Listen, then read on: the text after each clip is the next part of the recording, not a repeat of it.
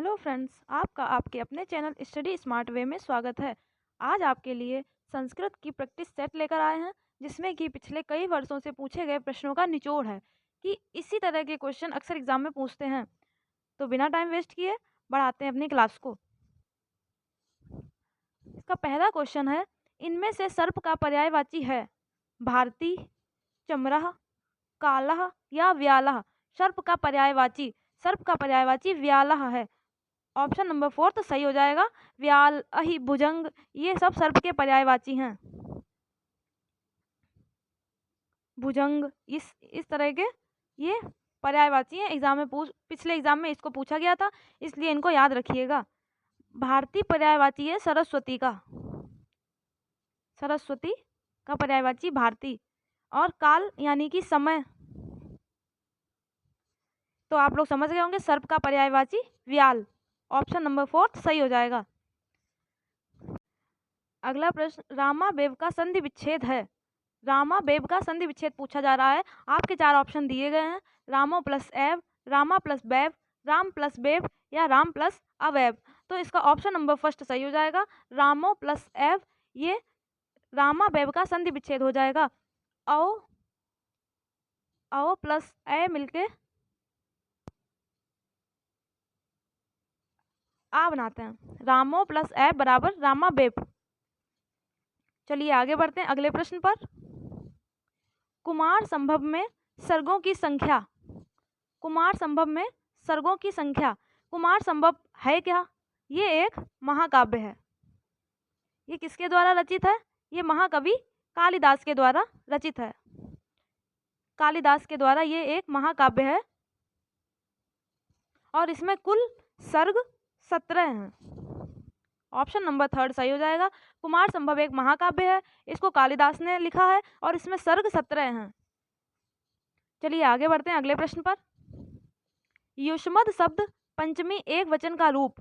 कई बार एग्जाम में पूछ लिया गया है, इसलिए युष्मद के शब्द रूप जरूर याद रख लीजिएगा। युष्मद के शब्द रूप याद रखिएगा, कई बार एग्जाम में इससे पूछा जा चुका है। युष्मद का पंचमी एक वचन का रूप क्या है? ये त्वत्। युष्मद शब्द का पंचमी एक वचन त्वत् है और युष्मद ये पंचमी बहुवचन है। युवयोः ये सप्तमी द्विवचन है। त्वत् पंचमी एक वचन, युष्मद पंचमी बहुवचन और युवयोः सप्तमी द्विवचन है। चलिए आगे बढ़ते हैं अगले प्रश्न पर। हितम मनोहारी च दुर्लभम वचः। यह सूक्ति उद्दत है। मतलब हितम मनोहारी च दुर्लभम वचः, यह सूक्ति कहाँ से ली गई है? आपके ऑप्शन दिए गए, कुमार संभव से, किरातार्जुनीयम से, शिशुपाल बधम से या अभिज्ञान शाकुंतलम से। तो हितम मनोहारी च दुर्लभम वचः ये किरातार्जुनीयम से ली गई है। ऑप्शन नंबर 2 सही हो जाएगा। किरातार्जुनीयम के लेखक महाकवि भारवी हैं और इसको संस्कृत साहित्य के बृहत्त्रयी में स्थान दिया गया है। बृहत्त्रयी में इसको स्थान मिला है, इसलिए मोस्ट इंपॉर्टेंट है ये। किरातार्जुनीयम इसके लेखक हैं महाकवि भारवी। हितम मनोहारी च दुर्लभम वचन, इसका मतलब है हितकर और मन को अच्छे लगने वाले वचन दुर्लभ हैं। तो इसका ऑप्शन नंबर 2 सही हो जाएगा। चलिए आगे बढ़ते हैं अगले प्रश्न पर। मौसल पर्व का उल्लेख है रामायण में, महाभारत में, भगवत गीता में या रघुवंशम में। मौसल पर्व का उल्लेख महाभारत में किया गया है। ऑप्शन नंबर 2 सही हो जाएगा। इसमें 8 अध्याय हैं। मौसल पर्व में 8 अध्याय हैं और इसमें द्वारिकापुरी का समुद्र द्वारा डुबोने का वर्णन है। बलराम और श्री कृष्ण का परम धाम जाने का वर्णन किया गया है। तो आपका ऑप्शन नंबर 2 सही हो जाएगा और मौसल पर्व में अध्यायों की संख्या 8 है। अगले प्रश्न पर बढ़ते हैं। तालव्य वर्ण है। तालव्य वर्ण अस्ति, यानी तालव्य वर्ण कौन सा है? तालव्य वर्ण जो तालु से बोले जाते हैं, श, ह, श या स, जिसमें जीभ ऊपर तालु में टकराती है, ऐसे कौन से वर्ण हैं? तो इसका आपका ऑप्शन नंबर 4 सही हो जाएगा, श। चलिए आगे बढ़ते हैं अगले प्रश्न पर। स्पर्श वर्णः सन्ति। इससे पिछली क्लास में आपको बताया था स्पर्श वर्ण कौन से होते हैं और वो किस तरह से विभाजित किए जाते हैं। स्पर्श वर्णा संति यानी स्पर्श वर्ण कौन से हैं? आपके ऑप्शन दिए गए हैं 27, 5, 24 या 25। तो स्पर्श वर्ण 25 होते हैं जिनको 5 वर्गों में विभाजित किया जाता है, 5 वर्गों में विभाजित करते हैं। ऑप्शन नंबर 4 सही हो जाएगा, स्पर्श वर्ण 25 है। चलिए आगे बढ़ते हैं अगले प्रश्न पर।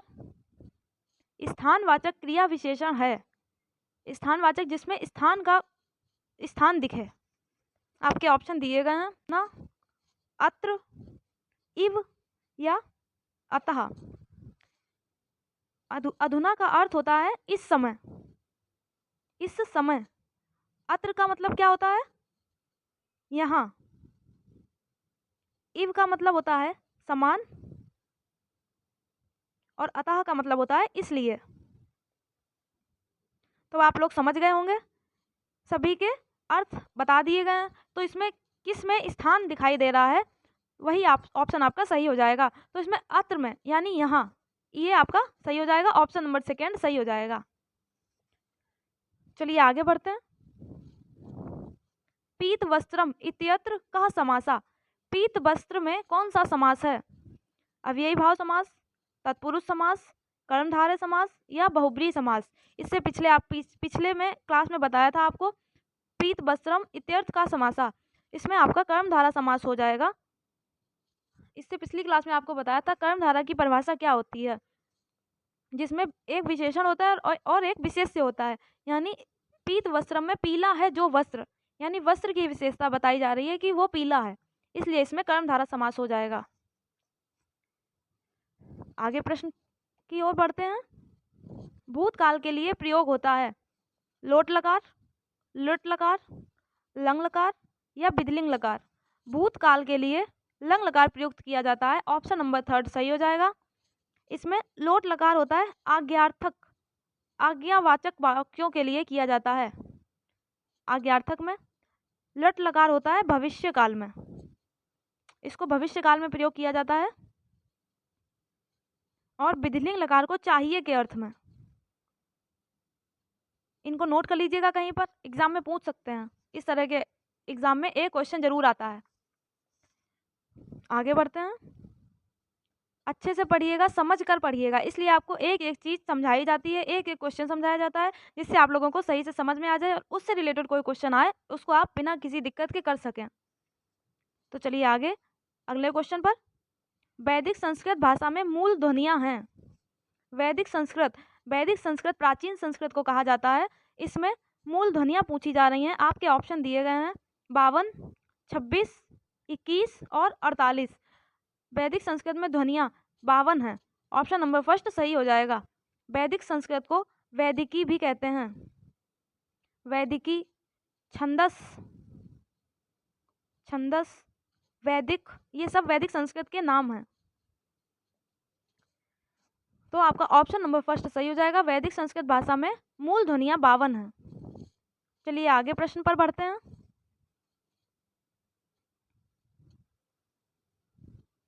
अवगुण किसका विलोम है?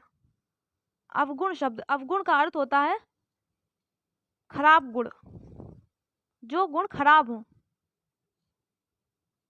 इसका विलोम पूछा गया है। आपके ऑप्शन दिए गए गुणी, गुण, अवगुण या सर्वगुणी। अवगुण का विलोम गुण है, यानी खराब गुण और गुण अच्छे। तो आपका ऑप्शन नंबर 2 सही हो जाएगा। आगे बढ़ते हैं अगले प्रश्न पर। पाणी का पर्यायवाची कौन सा है? पाणी शब्द का पर्यायवाची क्या है? पाणी का मतलब होता है हाथ। आपके ऑप्शन दिए गए हैं कर, घूसर, जननी या पादम। पादम का अर्थ होता है पैर, जननी का होता है अर्थ माँ, घूसर का अर्थ होता है रिश्वत लेने वाला। तो आप लोग समझ गए होंगे कौन सा शब्द बचा एक? कर, कर मतलब होता है हाथ, इसलिए ऑप्शन नंबर आपका 1 सही हो जाएगा। बाकी इनके अर्थ कहीं पर नोट कर लीजिएगा, नहीं तो याद कर लीजिएगा। पादम मतलब पैर, जननी मतलब माँ, घूसर मतलब रिश्वत लेने वाला। आप लोग समझ गए होंगे पाणी का पर्यायवाची ऑप्शन नंबर 4 जाएगा। चलिए आगे बढ़ते हैं अगले प्रश्न पर। तेरी बरछी ने बर छीने हैं खलन के, पंक्ति में कौन सा अलंकार है? तेरी बरछी ने बर छीने हैं खलन के।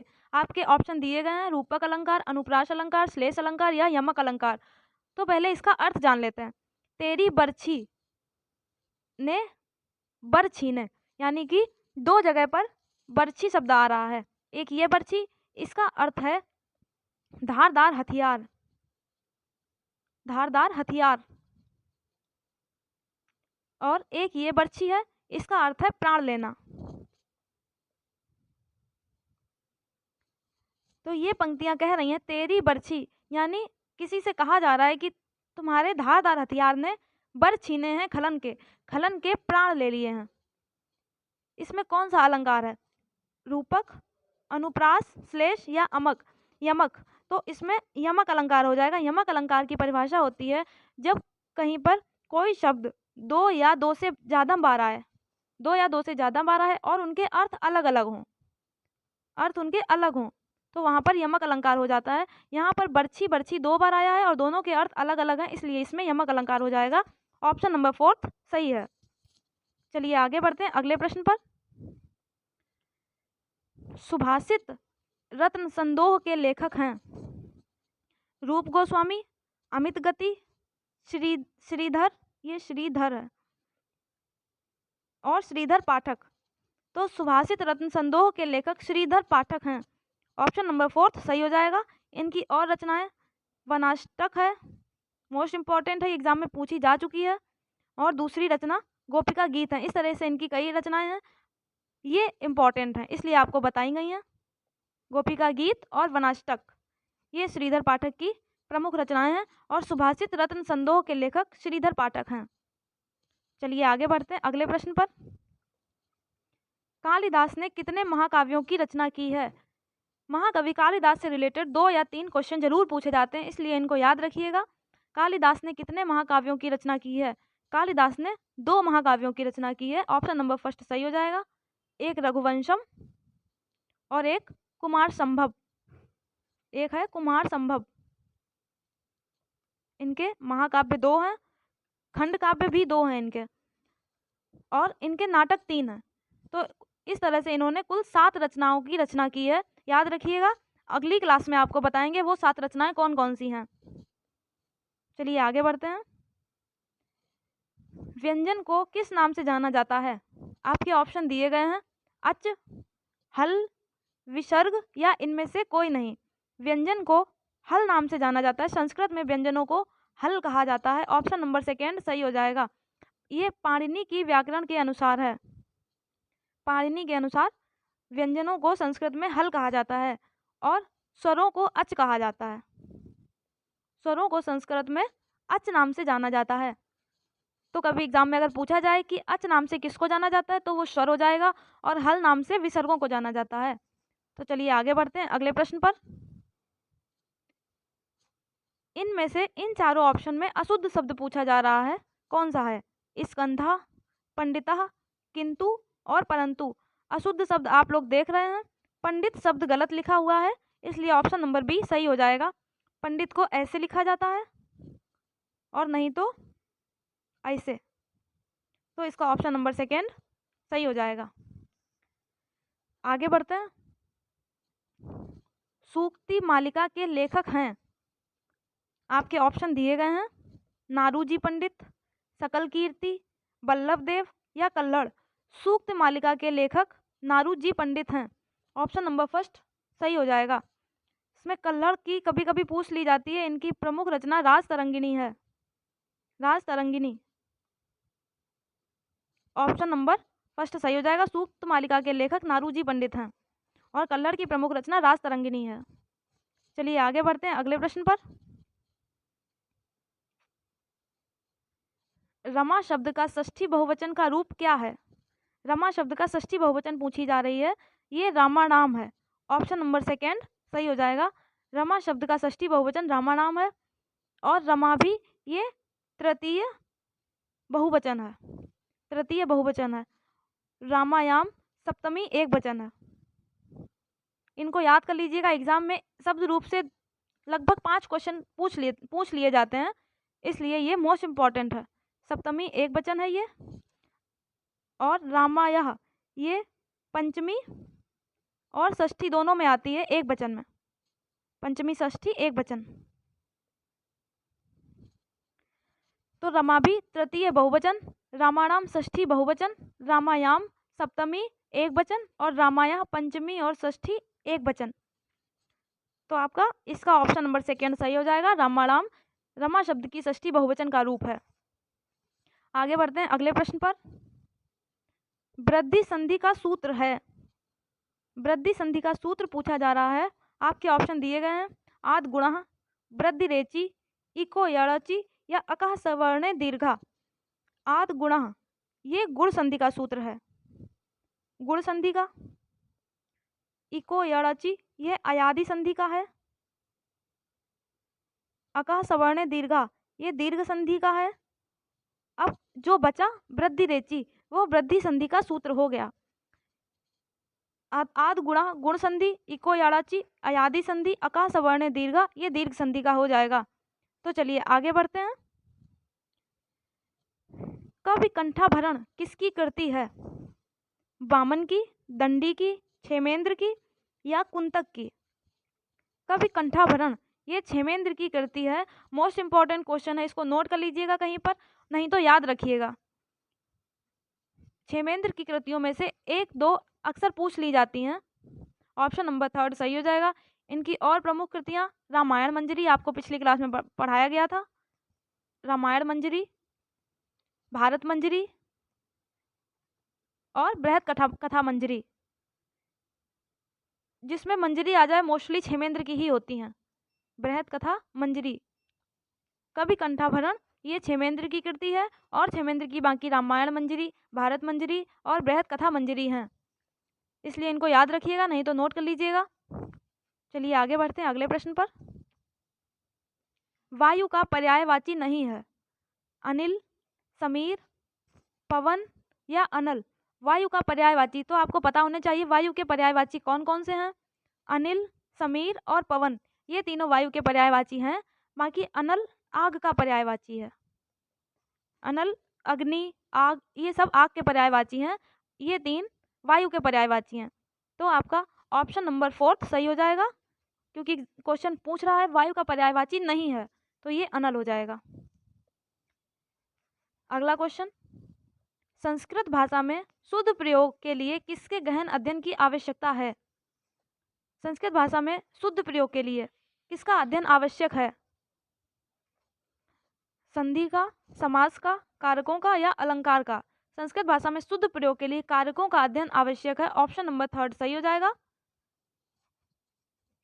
आगे बढ़ते हैं अगले प्रश्न की तरफ। नैसर्गिक का अर्थ क्या है? आपके ऑप्शन है ये प्राकृतिक, कृत्रिम, पुरातन या कल्पित। नैसर्गिक माने होता है प्राचीन या प्राकृतिक, तो ये नैसर्गिक का अर्थ हो जाएगा प्राकृतिक। ऑप्शन नंबर फर्स्ट सही हो जाएगा, नेचुरल। और नैसर्गिक का विलोम कृत्रिम। अगर कभी एग्जाम में पूछ दिया जाए कि नैसर्गिक शब्द का विलोम क्या होता है तो वो कृत्रिम होता है और अर्थ प्राकृतिक होता है। तो इसमें अर्थ पूछा जा रहा है, इसलिए आपका ऑप्शन नंबर फर्स्ट सही हो जाएगा, प्राकृतिक। चलिए आगे बढ़ते हैं। प्रश्न नंबर 27, गुरु का विलोम शब्द है। आपके ऑप्शन दिए गए हैं लघु, शिक्षकः, आचार्यः, श्रेष्ठः। संस्कृत में गुरु का विलोम नंबर फर्स्ट सही हो जाएगा। चलिए आगे 28 प्रश्न की तरफ। सप्तर्षयः इत्यादि कः समासा। सप्तर्ष में कौन सा समास है? द्विगु समास, अव्ययी भाव समास, द्वंद्व समास या बहुब्रीहि समास। पहले इसका समास विग्रह करके देखते हैं। तो इसका सप्त च ते ऋषिया यानी 7 ऋषियों का समूह, 7 ऋषियों का समूह सप्तर्षि कहलाता है। तो इसमें जब पहला पद संख्यावाचक है और पूरे उससे किसी समूह का बोध होता है तो वो द्विगु समास होता है। आपका ऑप्शन नंबर फर्स्ट सही हो जाएगा, सप्त चाते ऋषिया। तो इसका द्विगु समास सही हो जाएगा। आगे बढ़ते हैं अगले प्रश्न पर। अभिज्ञ शब्द का अर्थ है जानकार, अभिनेता, भिक्षुक या नवाकिफ। अभिज्ञ शब्द का अर्थ पूछ रहे हैं, इसका ऑप्शन नंबर फर्स्ट सही हो जाएगा। जानकार को अभिज्ञ कहते हैं, इसलिए आप ऑप्शन नंबर फर्स्ट सही हो जाएगा। जो बहुत कुछ जानता हो उसको बहुज्ञ कहते हैं, पर जो थोड़ा बहुत जानता है उसको अभिज्ञ कहते हैं। आगे बढ़ते हैं अंतिम प्रश्न पर। हितोपदेश के रचनाकार हैं, आपके ऑप्शन दिए गए हैं, माधव, हर्षदेव, वासुमित्र या नारायण पंडित। हितोपदेश के रचनाकार नारायण पंडित हैं, ऑप्शन नंबर फोर्थ सही हो जाएगा। इसकी रचना पंचतंत्र शैली पर की गई है, पंचतंत्र शैली पर आधारित है और ये संस्कृत शिक्षण का पहला ग्रंथ है। संस्कृत शिक्षण का पहला ग्रंथ है, भारतीय कथाओं का दूसरा प्रसिद्ध ग्रंथ है, इसलिए इसको याद रखिएगा। हितोपदेश के रचनाकार नारायण पंडित हैं, इन्होंने इसकी रचना पंचतंत्र शैली के आधार पर की है और इसको संस्कृत शिक्षण का ये पहला ग्रंथ है, जबकि भारतीय कथाओं का दूसरा प्रसिद्ध ग्रंथ है। आप लोग समझ गए होंगे। हितोपदेश के रचनाकार नारायण पंडित, ऑप्शन नंबर फोर्थ सही हो जाएगा। आज के प्रश्नों की श्रृंखला समाप्त होती है। ऐसे ही इसी तरह के और वीडियो पाने के लिए हमारे साथ बने रहें। चैनल को सब्सक्राइब करें, वीडियो लाइक करें और ज़्यादा से ज़्यादा शेयर करें। Thank you. जय हिंद, जय भारत।